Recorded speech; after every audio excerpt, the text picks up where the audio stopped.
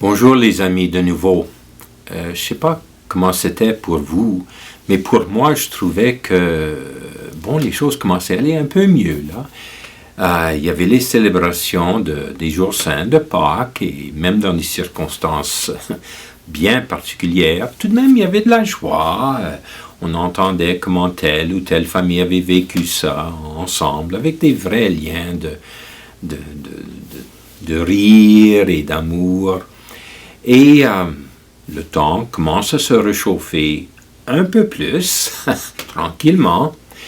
Et aussi pour le Covid, là, on trouvait que, en tout cas moi-même, que ça commençait à se ralentir. La courbe là, se faisait aplatir, qu'on pouvait déjà commencer à parler de choses comme comment est-ce qu'on va s'en sortir. Le gouvernement, les églises, les commerces, quelles étapes est-ce qu'on a besoin de franchir pour revenir au normal? Alors, oui.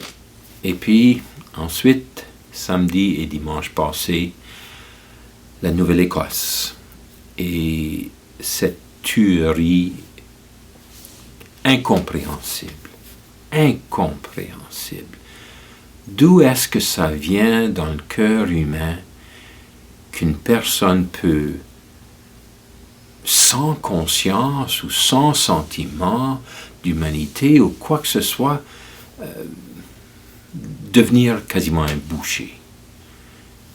C'est terrible. Et je suis sûr que tous et chacun, on a pensé à la peine de ces gens-là. Ils avaient déjà le COVID.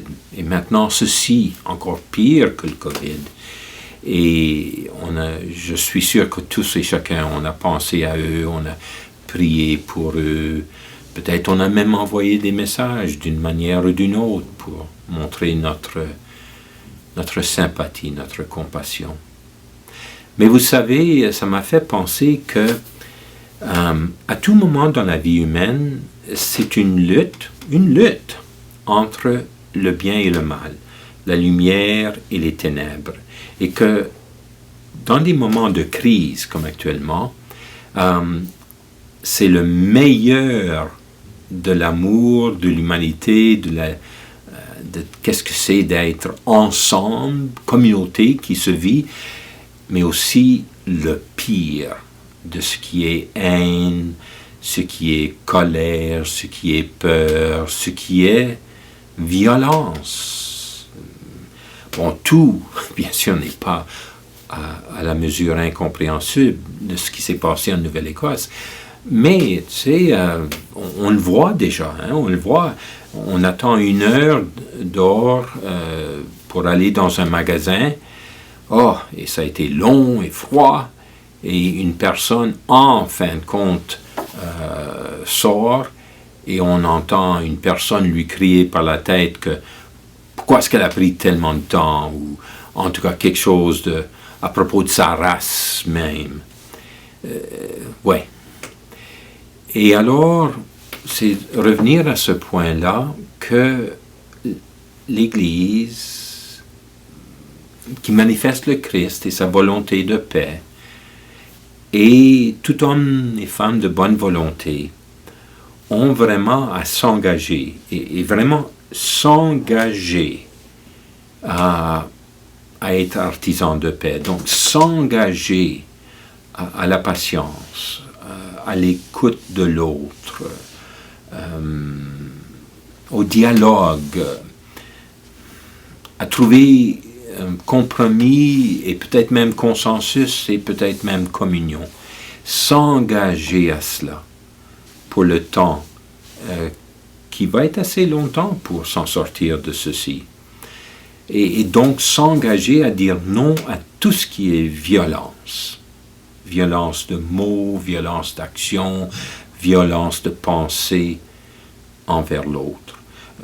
Dieu, son amour pour ce meurtrier-là n'a jamais fléchi. À tout temps, Dieu aimait parfaitement ce monsieur-là. Mais lui, il a refusé, pas vu, mais il a carrément contredit cet amour-là. Nous, à nous de s'engager pour l'amour, pour la fraternité. Et alors je vous invite vraiment dans ces jours qui sont à venir de vous engager pour ces valeurs chrétiennes, humaines, qui nous rapprochent de l'un l'autre. Et alors si on fait ça, de fait, peut-être que lorsqu'on s'en sortira de tout ceci, ça va être un nouveau normal qu'on va vivre sur cette terre ensemble.